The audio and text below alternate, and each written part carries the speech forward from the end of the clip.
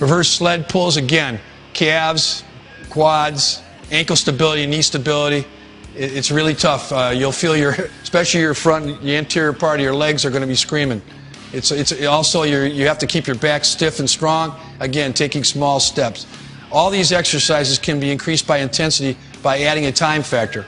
If you want them to be harder, you just say they have to be done in a certain amount of time. You're training both planes. You're working your anterior and posterior.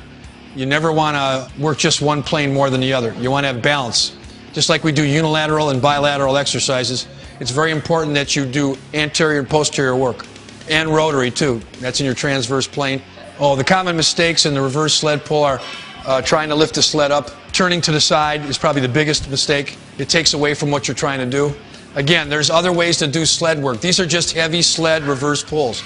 There's many other ways you can use the sled. You can do tricep work, back work, pulls with sled.